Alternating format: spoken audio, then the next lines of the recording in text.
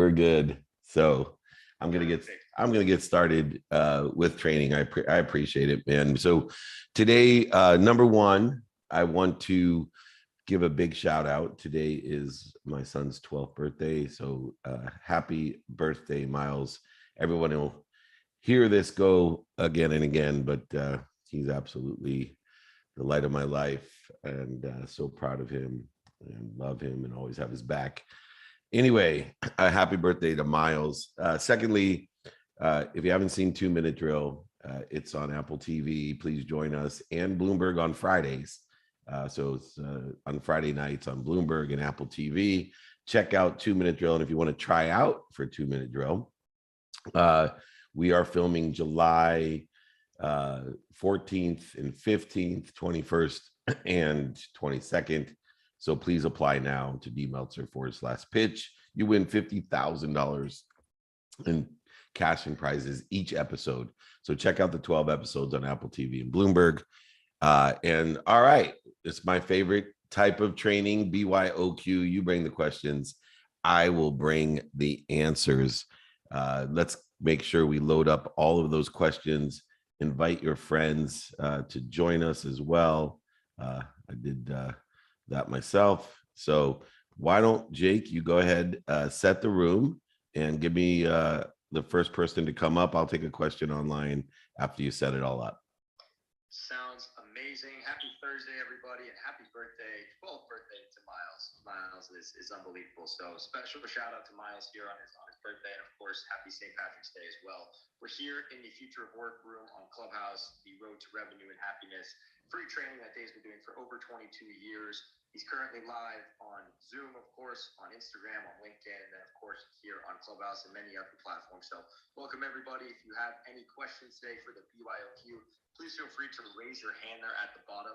Let's also take a quick second here to invite people into the room, ping them into the room, any of your friends, family, and the whole community. Let's also take a quick second, follow the people next to you, follow the people on stage. We're creating an unbelievable community here on Clubhouse. So with that in mind, Dave, I know you're taking a question on the Zoom free training, but when you're back, we will bring on Jesse to ask you a question. You got it. All right, here we go. Number one question: how can we get more comfortable with our losses and turn them into lessons? Well, first of all, you have to have faith. You know, if you don't have faith, there's something bigger than you that loves you more than you love your children, or that my mom loves me. If you don't know that, then it's difficult to see the lessons, to look at the mistakes, failures, setbacks, and pain as lessons. The losses in our life, the L column, is lessons. For me, in the context of learning, the W column is a waste of time. The L column is the lessons. And so it's better in the context of learning to have a huge L column.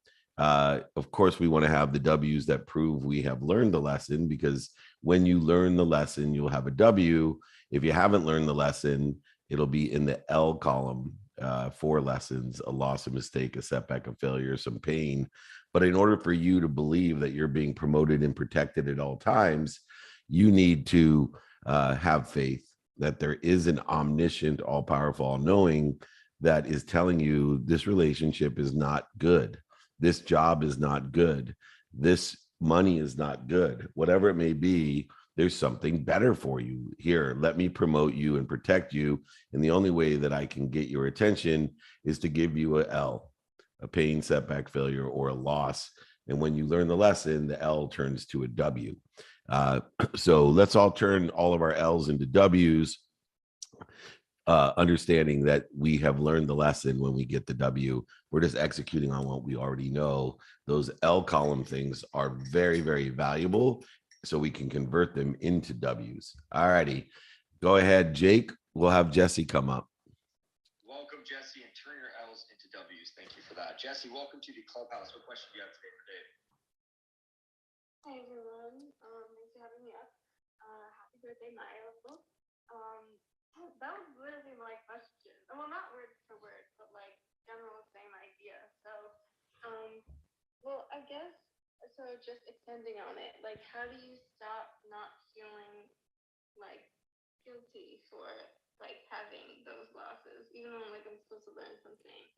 Yes, but like Yeah. So guilt. A lot of people don't realize that guilt is the same as anger, anxiety, frustration, separation, inferiority, superiority, offense, resentment, all of them, complaints and worry, all of them are ego-based consciousness. So we cannot stop feeling guilty. We can't stop being angry, frustrated, resentful, offended, separate, inferior, superior. Any of these feelings are natural because they're in the context of the ego, of the conscious ego, and it's just protecting us. The key component that I try to teach people is to only spend minutes and moments feeling guilty. You need to have a practice in order to identify that which most creates interference or puts us into a trajectory outside of where we want to go. And guilt is one of those things. So that as you're learning the lessons from the mistakes, failures, and setbacks from the L column, in order to convert them to the W column, you need to identify what's stopping us from learning. And what's stopping us from learning are these interfering needs of the ego, these interfering worries, complaints, guilt, resentment, offense, separation, anger, frustration, anxiety. These are interfering with the omniscient, all powerful, all knowing. These are interfering with our potential. And so if we can take a step outside of the emotion and say to ourselves, I'm going to practice identifying the needs of the ego so that I do not interfere with my higher self, my potential, my greater good, my happiness. And so every time I feel guilty, instead of trying to out logic it, change my mind, I simply, instead of resisting it, fighting it, going over it, under it, through it, around it, what I want to do is just stop and identify it, and then breathe through my nose and out through my mouth. Get to center, get to peace, get to ease. Because when I'm in the guilty conscious, I'm at dis-ease. I want to be at ease so I can take advantage of the omniscient, all powerful, all knowing. I can take advantage of the unbelievable light and power that I'm connected to and through. And if I cannot identify these needs like guilt, resentment, offense, the need to be right, angry, frustrated, anxious, guilty, inferior, superior, whatever it may be, if I can't identify it, then all I'm going to do is accelerate in the wrong direction, continue down a snowball path of anxiety, fear, guilt, interference, and dis-ease. And eventually my learning zone will constrict down to the size of my comfort zone instead of expanding out into the size of my anxiety zone. To identify the ego-based consciousness is the way to put us at ease. You are halfway there, Jesse, because you have started to identify this emotion, this interference, this dis-ease called guilt. So next time you feel guilty, instead of resisting it, out logicking it, thinking about it, just simply stop. Breathe through your nose, out through your mouth, and remember, and reconnect what you're connected to and through the omniscient, all powerful, all knowing, and remember, and recollect what you want today, who you could help with what you want, who could help you with what you want, how best to get that done, and prioritize accordingly, not prioritizing guilt, anger, frustration, anxiety, and depression, but prioritizing what you want personally, experientially, giving and receiving. And you will be able to apply your why by identifying the ego-based consciousness, knowing your mind, your body, and soul are on fire, and stop, drop, and rolling in the right direction towards this room that we're in today, the room of improvement. The only room you should be in is the room of improvement. Progress, not perfection. This is the journey that we're all on. What extraordinary way to start off BYOQ. It's Friday training on Thursday. We've been doing this for over 22 years. We will, of course, have our replays on Friday, but I don't miss a week. Even if I'm in the air to Europe, it's not going to matter. I'm going to get this done on Thursday instead of Friday. Go ahead, Jakey. Why don't you set the room real quick, or tell me who's coming up next? I'll take another question online. Of course, and the only room we should be in is the room for improvement. That's a great line right there. When you get back here, Dave, we got Blaine ready to ask you a question on Clubhouse. Perfect. All right. I'll take a question on TikTok here. What's your relationship between cause and effect? This is one of my favorite questions because I talk about attaching your emotions to an outcome or an effect. And all that we do is you don't ever set your emotions towards the outcome. What you want to do is put your emotions on what we need to do or the cause of the outcome in order to get there. So many people don't reconcile wanting outcomes, but putting their emotions on the cause to get to that outcome. Let me give you the example I've been using lately. If we wanted to drive from South by Southwest in Austin to San Diego, and we knew we wanted to get to San Diego, that would be an effect. That would be an outcome that we wanted. Once we know personally, experientially, giving and receiving wise, we want to be in San Diego, we now take our emotions and put them on the cause to get to San Diego, not the effect of San Diego. Meaning, if we drive to San Diego and everyone says, "Oh, I can't wait till I get to San Diego. I can't wait till I get to San Diego. I'll be so happy when I get to San Diego. How long is it till we get to San Diego? Oh, I'm going to be so happy when I get to San Diego." It's going to take both in pragmatic time a lot longer and in relative time exponentially longer. If we know we want to go to San Diego from South by Southwest in Austin, and we move our emotions, our energy in motion towards the cause to get to San Diego, and all we do is focus our attention and the 5 levels of intention on how can I go faster? What's the more efficient directions? Don't stop for gas. Don't stop for take a pee, whatever it may be. If we put our attention and intention on the cause, not only, of course, would we speed up the pragmatic time by being more efficient, effective, and statistically successful in the drive from Austin to San Diego, but in relative time, exponentially, it'll seem faster when we're putting our attention and intention on the cause, not the effect. Remember, the interval between cause and effect is time. There's 2 types of time: man-made constructive time, which is created with efficiency, effectiveness, and statistical success using the lenses of productivity, accessibility, and gratitude. And then there's relative time. And relative time is effectuated by your emotions. We need to make sure that we're putting our emotions and attention and intention on the cause. Therefore, we'll be more efficient, effective, and statistically successful, as well as knowing the effect, but not putting our emotions or tying our emotions or attaching our emotions to the outcome or the effect of San Diego, because all that will do is slow down the pragmatic man-made construct of time and also exponentially the relativity of time. All right, Jakey Bakey, remember the interval between cause and effect, cause and outcome, is called time. 2 types of time. Now you know where to put your attention, your intention, and your emotion. Boom. Thank you, Dave. Thank you so much. Incredible knowledge being shared here. In the future of work, the road to revenue and happiness, free training, BYOQ. So if anyone has any questions, feel free to raise their hand there at the bottom or back channel me as well. Thank you for taking that question on TikTok. Let's take a question here on Clubhouse from Blaine. Blaine, if you could please unmute yourself and feel free to ask away. Good morning.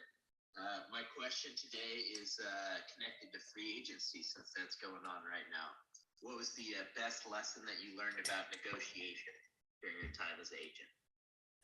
Well, the best lesson I've learned of negotiation is outside the time as an agent. I learned a bunch of different lessons in negotiation based off of scarcity when I was an agent. One of the scarce techniques that is utilized in a more abundant approach would be the spheres of influence. And the spheres of influence is the basis of my open-ended question guide, is the basis of my open-minded approach. So I don't do things the way other people do things. So while everybody was recruiting, utilizing the family members and the coaches and the players, I would go to the trainers. I would go to the trainers in the colleges for several reasons. One, nobody goes to the trainers. I would treat the trainers. I'd take them to parties. I'd buy them gifts. Nobody takes care of the trainers. And trainers actually have the ears and the influence of the athletes, especially college athletes. The other advantage of talking to trainers is they are very open-minded because they're not being approached by every agent, and They are not being asked by or helped by, right? Doing for who can I help? Who can help me? They're not being asked either way or either direction to be a sponsor or a power sponsor of the agent, meaning, do they know an athlete that would want to sign with me, or do they themselves want to help me sign an athlete? And do they know an athlete that wants to sign with me? So what I would do is pay attention and give attention to the trainer in that type of negotiation, in the recruitment of the athlete. That's the one area. Now, as far as negotiation, everything about being a lawyer and an agent is in a quid pro quo model.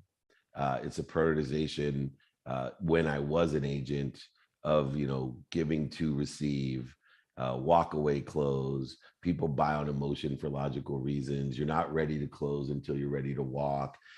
There's so many different rules in a scarce model. It's difficult for me to apply today's philosophy and strategy to what I used to do. Today, there is no negotiation in my life. There's only finding open minds, asking how I could be of service or value by seeing and asking open-ended questions. I give out, Blaine, an open-ended question guide that is the easiest, fastest way to negotiate. It's simply, hey, what do you want today? What do you like about this? What don't you like about this? Would it help you if I did this? Would it help you if I did this? Would it help you if I did this? And then I say, do you know anyone that can help me? Or could you help me? What I'm doing is creating an atmosphere and a network of sponsors, people who help each other find someone to help, or power sponsors, people who actually help each other and find other people to help. An abundant negotiation is receiving to give, to knowing that there's more than enough of everything for everyone. It is and needs to be and falls within the context of being more interested than interesting. And so by using open-ended question minds, by finding out what's valuable and prioritized by the other party, and seeing how you can provide what's prioritized and valuable to the other party, and then ask for what's valuable and prioritized by you, you'll find that all negotiations are abundant, are frictionless, are at ease, not at dis-ease. Don't be scarce. There isn't a zero-sum game like most agents in the world, especially during free agency, determined. There is no zero-sum game. It's actually a value add game. So those who can add the most value will get the most in free agency. Thanks so much, Jakey. Why don't you go ahead and set the room? I'll take another question online. You got it. Yes, setting the room here. It's the Road to Revenue and Happiness free training, BYOQ. If you have any questions you'd like to ask here on Clubhouse, please feel free to back channel me or raise your hand. And if you have any questions you'd like to follow up with David, feel free to email him, david@dmeltzer.com, david@dmeltzer.com. When you get back, Dave, we got a question from Claudio, and then we can take a question on Instagram as well. All right, sounds good. So I'll take a question here. What should someone do if they feel they have nowhere to turn? Well, if you feel you have nowhere to turn, you can reach out to me, david@dmeltzer.com. I'm sure I know someone that can help you. So if you feel like you have nowhere to turn, just email me, david@dmeltzer.com. I give 5-minute phone calls to anyone. You're welcome to email me directly. I'm happy to give you that open-ended question guide as well. Just email me directly. If you don't want to email me or call me, and you're too afraid to share what's bothering you, and you don't have anywhere to turn, then turn to good deeds. Go do something good. Let the universe provide you the answers by doing good deeds. I always say, be kind to your future self, do good deeds. The only way we can change our emotions is by action. The best action we could take is go help somebody. If you don't feel like seeing anyone, then go pick up trash, go smile at people, do something that is good. And I promise it will shift the way you feel, that you will reach that last level of intention and shift your feeling so that you start doing, saying, thinking, and believing this feeling. Feeling is the highest level of emotion. So you have two choices. You can come and ask me for help, david@dmeltzer.com, or go do something good for someone else. That's what you do if you have no one to turn to. All right, Jake, who's next up? Next up, we we got Claudia. Claudia, welcome to the clubhouse. Please unmute yourself and feel free to ask your question. Nice profile picture, by the way.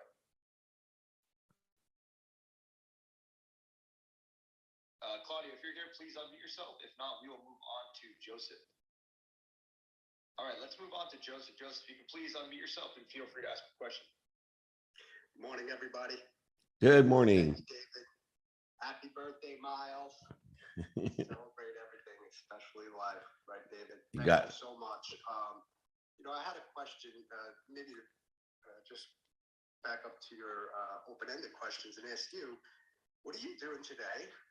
And what are some things that maybe you're going to do that you don't enjoy, but you push on doing it anyway? Well, I don't do anything unless I can find the light, the love, and the lessons in doing it. And not only, am I working through this training today, but I have coaching calls today, TikTok live today, playbook with Jason Tartik today, interviews on the Breakthrough podcast. I am meeting with the optimal health people as well, health being my number one non-negotiable. I have multiple business phone calls today as well, and utilizing, my podcast agency, 2-minute drill calls, and I have a Patriot One call with Shaq for security mechanisms. I have office hours with Blaine as well today, and then I'm celebrating Miles' birthday. So we have birthday breakfast, birthday dinner for after school. Then I'll drive up to LAX and fly out to London, where I'll be going to the UK and then to Ireland. And that's just today. So, but I won't do anything that I can't find the light, the love, and the lessons, and it being worth my time to find the light, the love, and the lessons. If I can't or don't think it's worth the time to find the light, the love, and the lessons in a phone call, an email, a work person, I refer it to somebody else. I've created a system to go ahead and either refer it out, go ahead and let it fall away, or even fire it from my life. So the key to life is to be productive, to provide as much value as you can. Joseph, accessible, as you can see, I'm accessible to as many people as I can, and access what I want with the non-negotiables of my health, my family, and the activity I get paid for, utilizing the lenses of productivity, accessibility, and of course, sleep. Already had a call with my sleep coach today because of the travel that's involved, to know what time should I wake up, what time should I eat, what time should I shut the light off and the computers and the phones off, in order to effectuate the recovery and access that I'll need tomorrow when I wake up in London, to make sure that I have downloaded the information, as well as physically recovered, mentally recovered, spiritually recovered. So I get to do everything in my life. I don't have to do anything. And it's because I find the light, the love, and the lessons, and reconcile it with pragmatic time. This is a key question. So if you didn't get all of that, I would suggest you go back, listen to that, figure out what's going on. Thanks so much, Joseph. Jake, why don't you find out who's coming up next for a question or taking a question? I'll take a quick question online. Go ahead. Sounds good. Thank you, Joseph, for the question. Dave, when you get back, we'll get a question here on Instagram. All righty. Sounds good. Okay. What lessons have you learned from being a dad? Number one, I said it earlier, my health is a non-negotiable. You don't take care of yourself, you can't put your family before your health. You can't put the activity you get paid for before your health. It's one of the things that most people do, and they make a huge mistake, because sooner or later, if your health depreciates, you lose all your wishes and all your capabilities. See, if you're healthy, you get as many capabilities and wishes that you want. If you're unhealthy, you only have one wish. And that's not going to help, let alone it'll be a detriment or a drain on both your family and the activity you get paid for. So understanding that lesson from being a dad, that I have to take care of myself so I can take care of my children. The second lesson that I learned is, I only want 4 things from my children. I want them to be healthy. I want them to be happy. I want them to appreciate me, and I want them to love me. And then my goals for them is for them to do their best to learn lessons and have fun. I keep things very simple when it comes to being a dad, and making sure that I have my non-negotiable priorities, making sure I know what I want to receive from them: health, happiness, appreciation, and love. And I know what I want to give to them: the ability to do their best, learn lessons, and have fun. And so that's kind of the greatest lessons that I've learned from being a father, uh, and enjoy that immensely. So happy birthday, Miles, again, by the way. All right, Jake, where do you got a question for me? All right. Yes. Happy birthday to Miles again. The question is from Instagram. It's from the Business Brothers Academy, and it is, how do you teach coherence to employees and or students? Well, it's not to employees or students, right? Coherence is to humans. It's the step before the step. And people ignore this most important step of coherence. And coherence is remembering what you want and doing it, right? Putting our emotions, our attention and intention onto the cause. Most people don't even remember, let alone do. And so I use a 14-day gratitude challenge, not just to teach gratitude, the most powerful thing in the world, the only common denominator of happiness, no matter how rich or poor, sick or well, tall or short you are. Happiness is derived from gratitude. But to teach the 14-day gratitude challenge is to teach coherence. I want people to remember to say thank you. I want people actually to say thank you. This goes before any other lesson, to learn coherence, because that is the effectuator, the catalyst of the habit machine.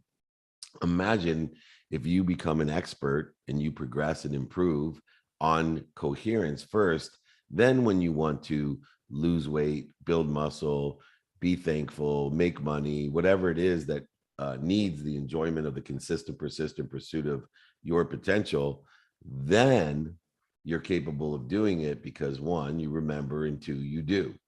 And utilizing the 5 daily practices in order to effectuate that is the next step. But before you can utilize the values or the daily practices, you need to know coherence. You need to remember the values: gratitude, forgiveness, accountability, and effective communication. And you have to remember the daily practices of what, who, how, now, and apply your why, and then do them, actually practice them, knowing that it's progress, not perfection, improvement, not perfection, but coherence is the catalyst to all of these things. And so whether you're a student or an employee, all human beings should have the first lesson in order to effectuate the most out of their life: most productivity, most accessibility, most gratitude. They need to effectuate that by utilizing coherence as the muscle in order, or the catalyst, in order to effectuate the effects or the outcomes that you want in a more rapid and accurate manner, or even in a better and bigger manner, as the universe provides, being promoted and protected by all the losses or all the lessons that then are transferred into the W column as wins when we use coherence.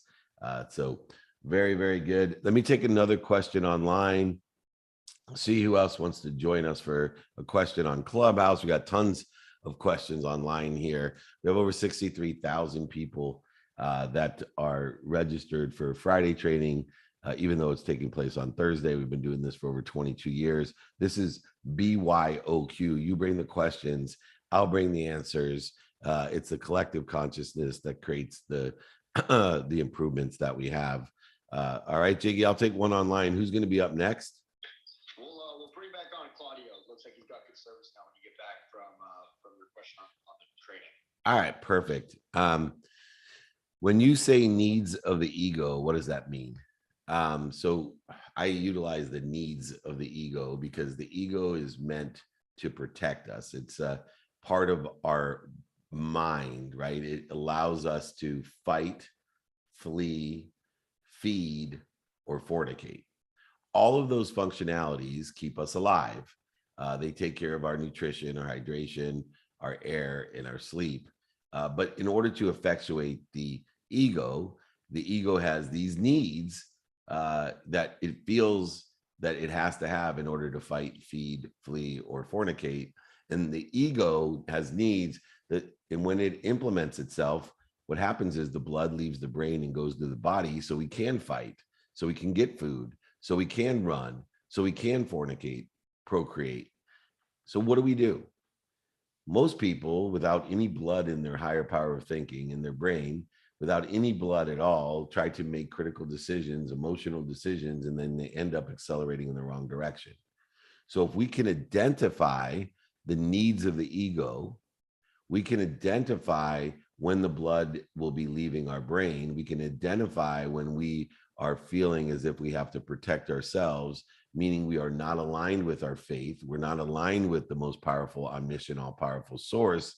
So that's why we stop. So the needs of the ego are that which interfere with or put us at dis-ease and take the blood out of our brain. So what we want to do is put the blood back from the body into the brain so we can utilize our higher power of thinking. And by doing so, there's a long list that I have identified in my own life that need to be separate and interfere with my ease is the need of the ego. So the need to be right. Imagine how much time, emotion, value, and money you've wasted trying to be right. The need to be offended. I always say if I could feed the world as fast as I'm fed with offense, we'd all be fat. There'd be no shortage of food. There'd be no scarcity of food anywhere. The need to be separate, inferior, superior, the need to be angry, frustrated, guilty, as we mentioned with Jesse. Worrying and complaining, are two things that are duplicative in their negativity of interference and put us doubly at dis-ease. What do I mean by that? Well, not only when we worry or complain does it create interference between us and the omniscient, all-powerful, all-knowing ease that exists, but it actually expedites what we don't want. You see, worrying and complaining is wishing for what we don't want beyond putting dis-ease into our realm. So when we complain or worry, we're wishing for what we don't want, what's missing, for what other people want for us, instead of effectuating the omniscient, all-powerful, all-knowing of what we want personally, experientially, giving and receiving, so we can help others and they can help us, creating productivity, accessibility, and gratitude, allowing us to prioritize with what we want, who and how and now. When we're able to do that, we are applying our why, not searching for something that we already have. We are already what we have. We are already what we want. It's done, it's done, it's done.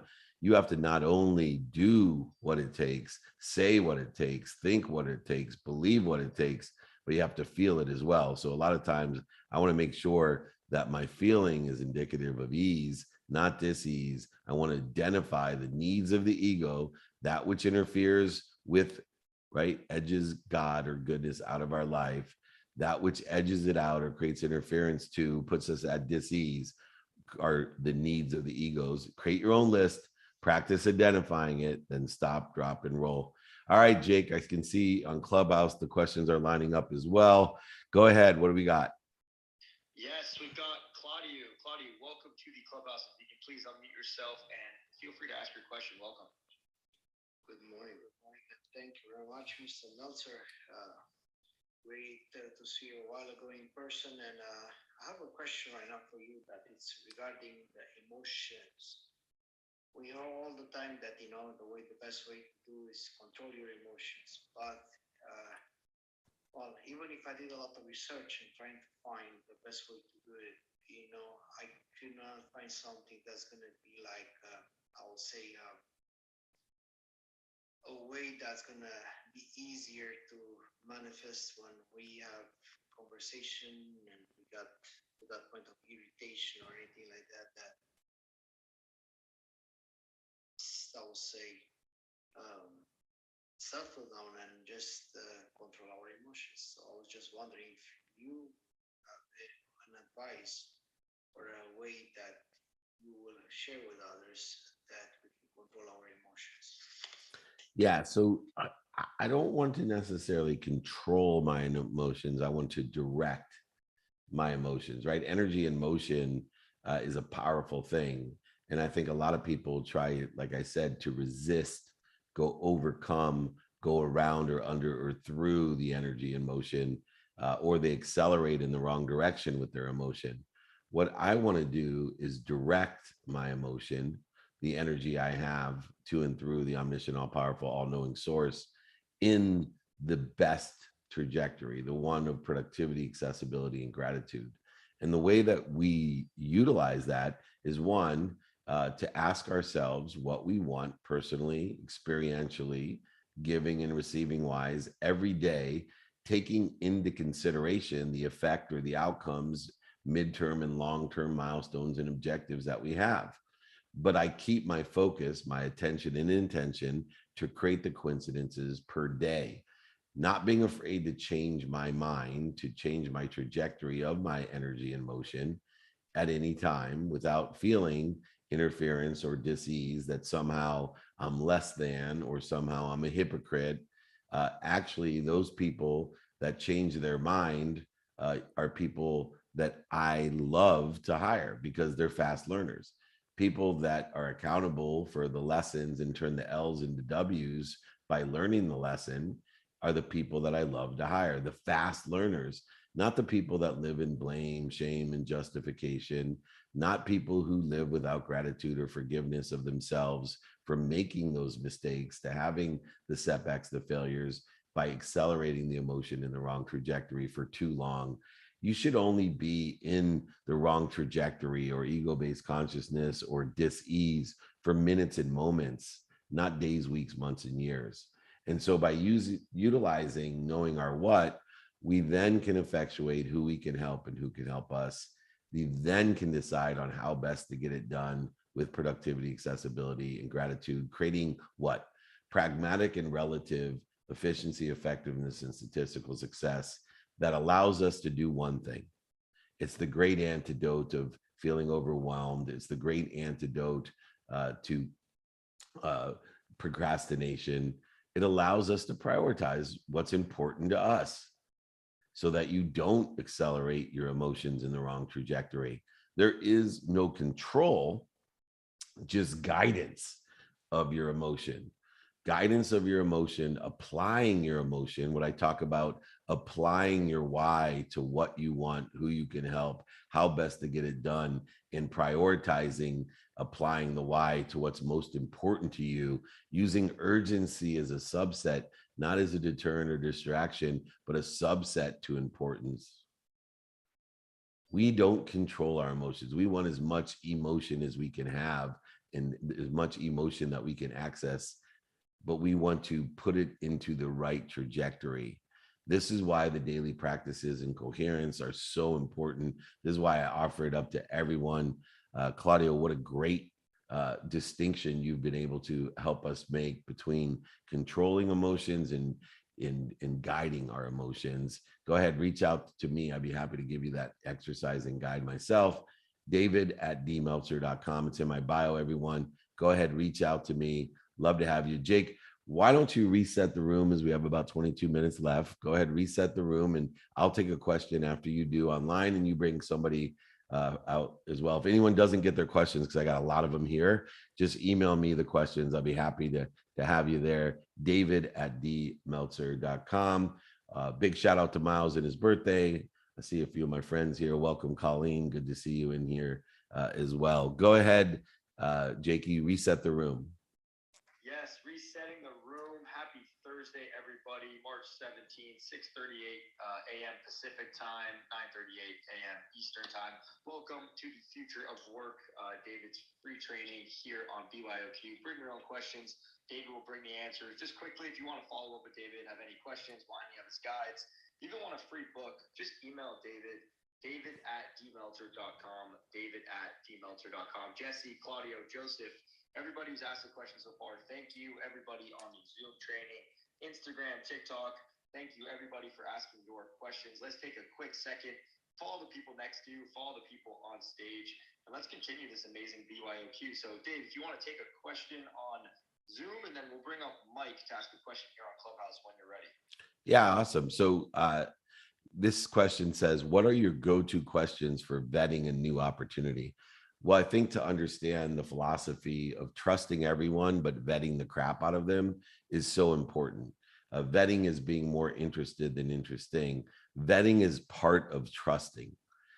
So many people get into trouble because they feel as if when they ask uncomfortable questions, when they're more interested than interesting, that they somehow are offending the person who is asking for their trust. I disagree completely. I believe that when you ask questions of someone, when you vet them, then you are trusting what they say. You're just more interested in what they say. You're not discounting or denying what they're saying. You're just more interested. And in fact, by being more interested, you may be able to help them more and clarify not only for you, but for them what they're saying. You can get stable data and align with them. So I'm a huge shift in my life from vetting the crap out of people, being more interested than interesting, asking more questions. There's so many opportunities that I knew somebody didn't have stable data. They were either lying, cheating, manipulating, overselling, back end selling, sometimes out of fear, sometimes unintentionally. But nonetheless, I was too uncomfortable or in dis-ease to ask them or be more interested about what they're saying for clarification and stable data. Then when things went wrong, I would live in blame, shame, and justification when I knew by far that there was a problem. I was just afraid to ask and make somebody else feel uncomfortable. It happens all the time.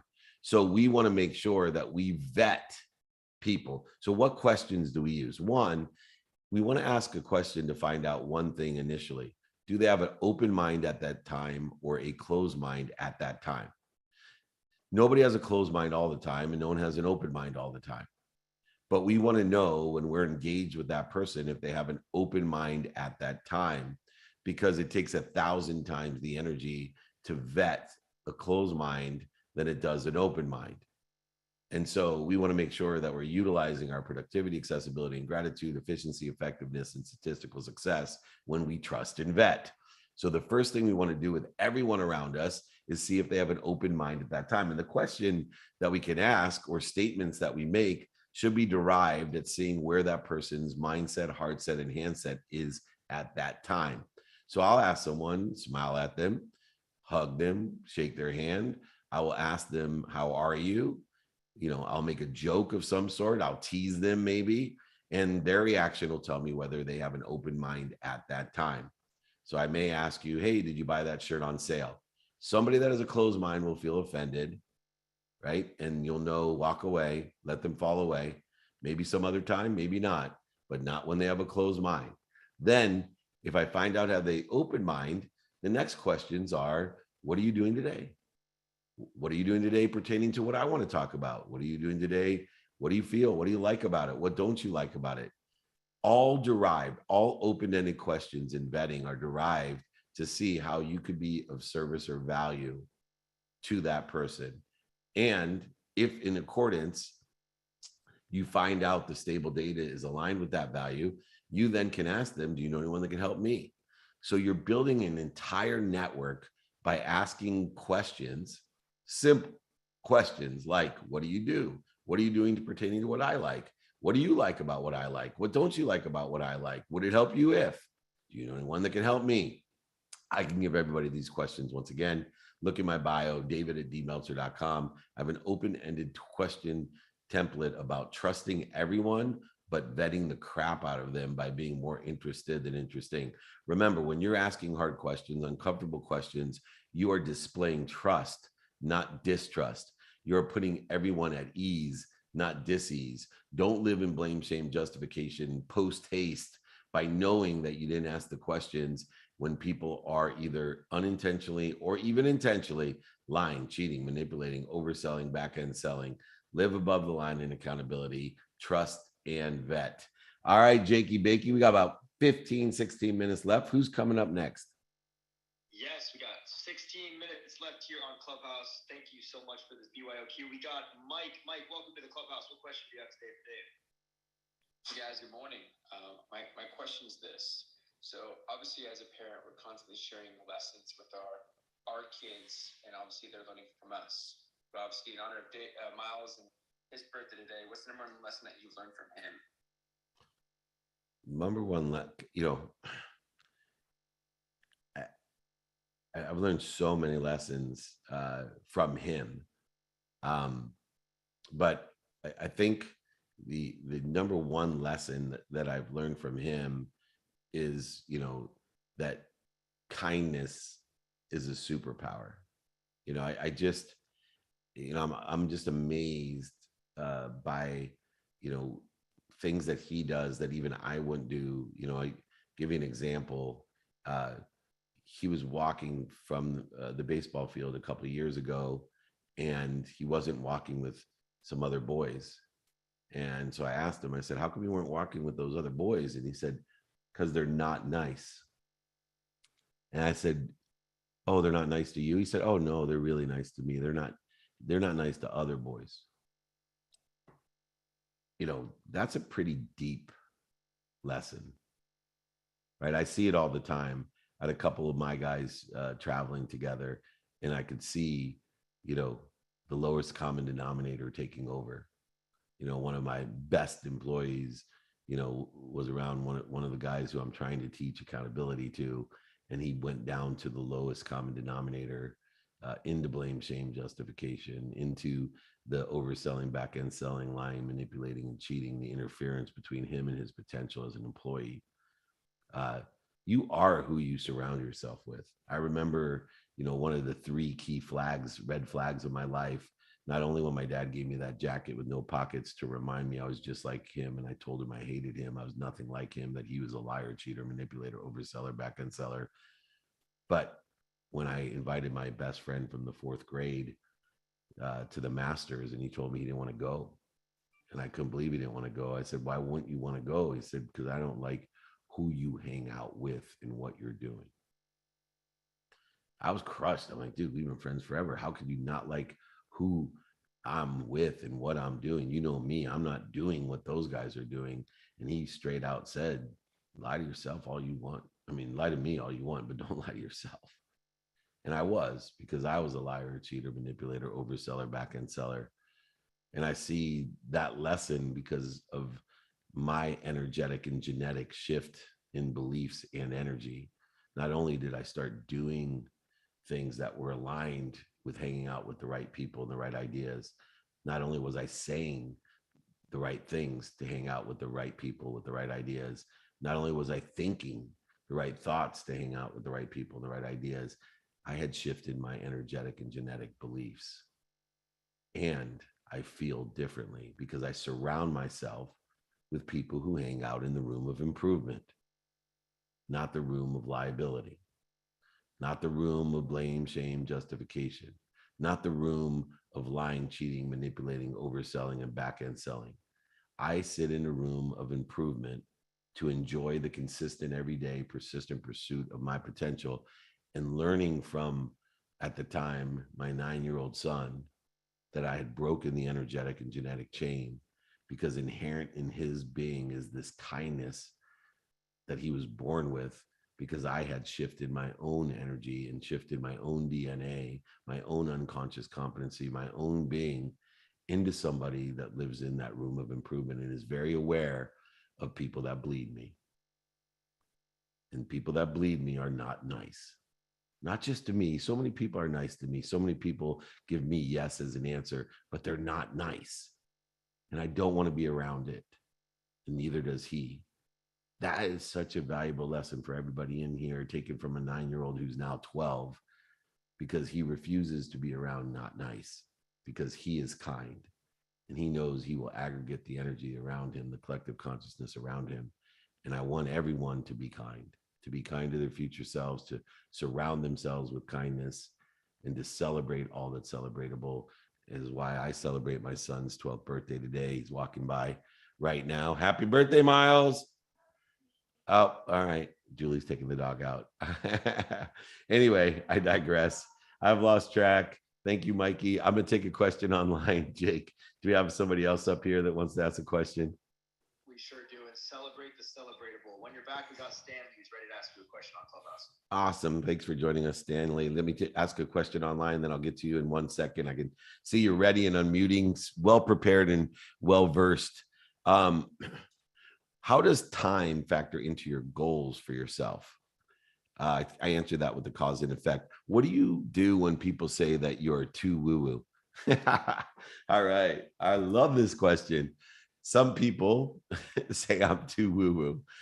Woo woo, I think, means spiritual. So, look, I do not care what anyone else thinks because I can't control it. I want to learn from it. I want to turn the L's in my life into W's. And we do that by learning the lesson. So I don't care when people tell me I'm too woo woo. What I want to do is learn from it.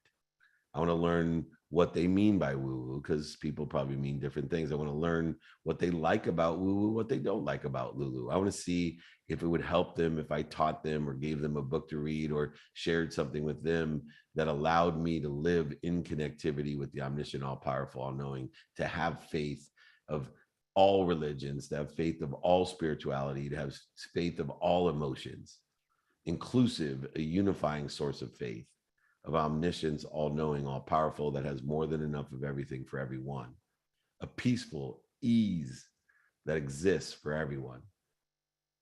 People call me whatever they want. I know 10% of the people, no matter what I say, are going to love me. I also know 10% of the people, no matter what I say, are not going to love me. I'm trying to be consistent in what I do, persistent in what I do, to capture as much of the open-minded 80% as I can in order to effectuate better values, to live by these daily practices in coherence, to do three things: make a lot of money so that you can help a lot of people, and be happy, have fun.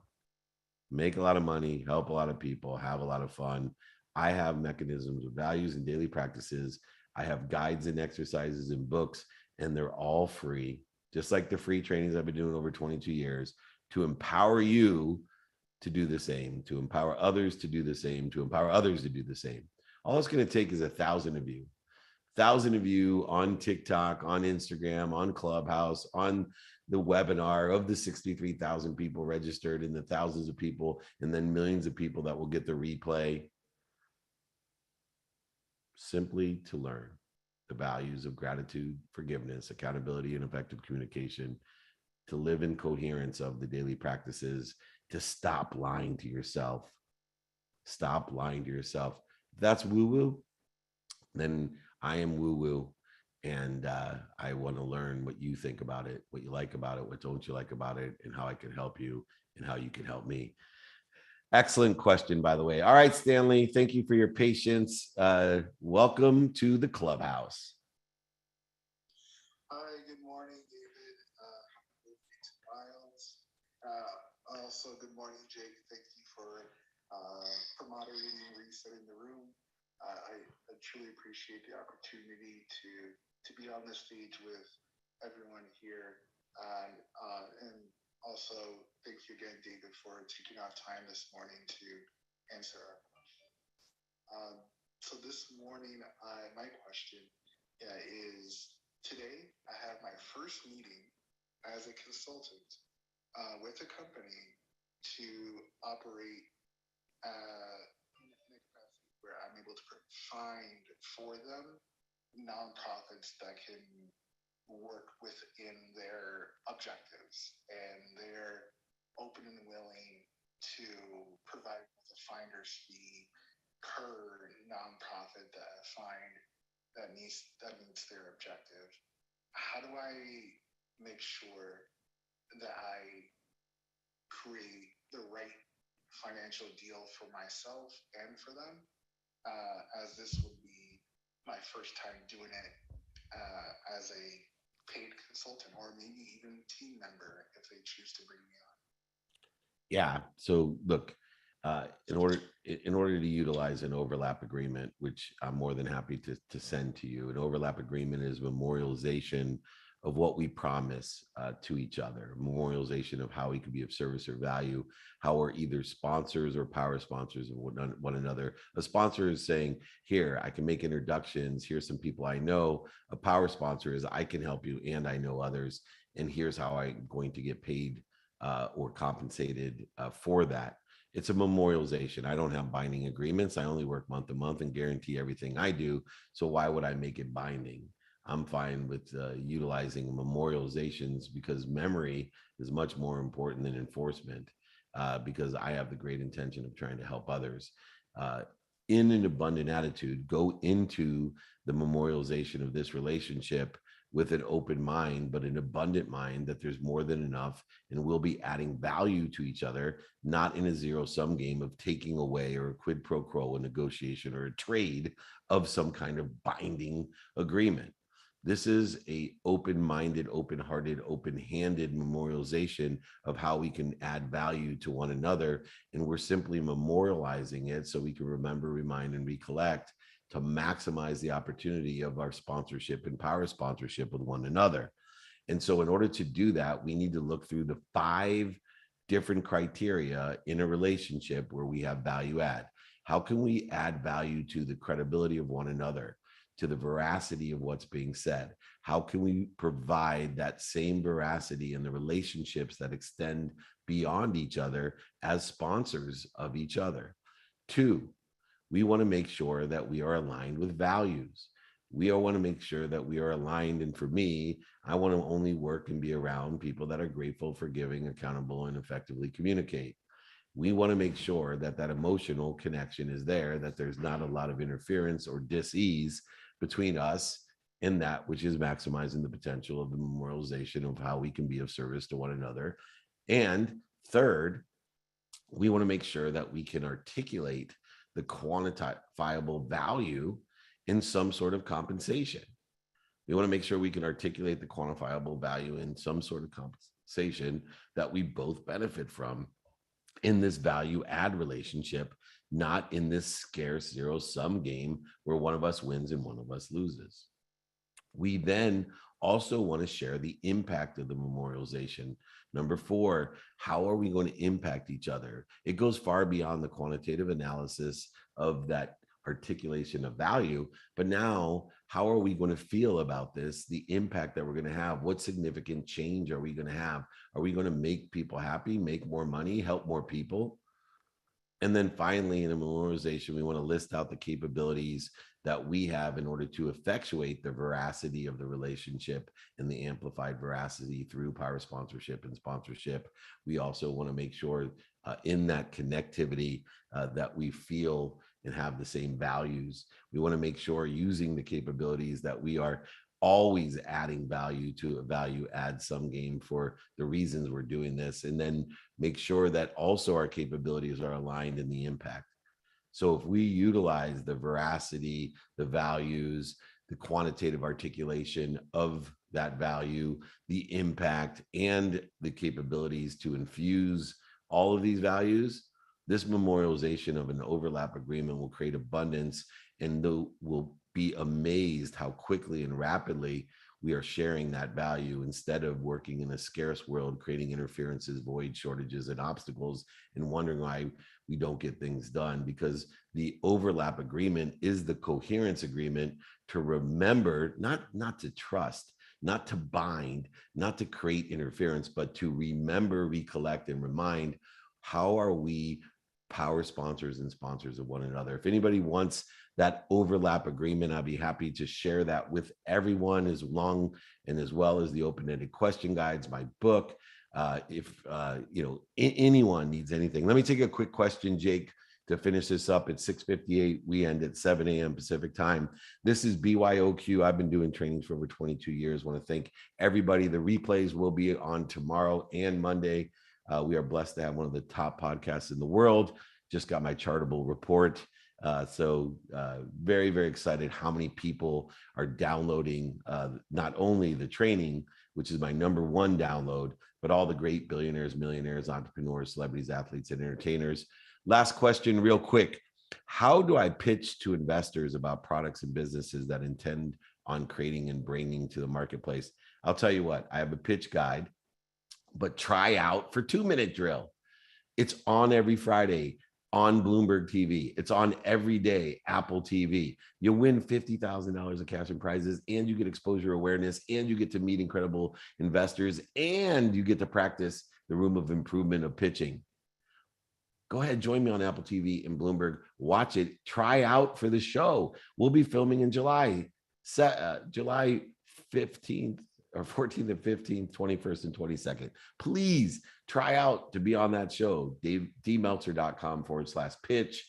Anyway, if you need anything, it's 7:00. David@dmeltzer.com. I am so blessed. Happy birthday, Miles. Happy birthday, Miles. I love you. I am proud of you, and I always have your back.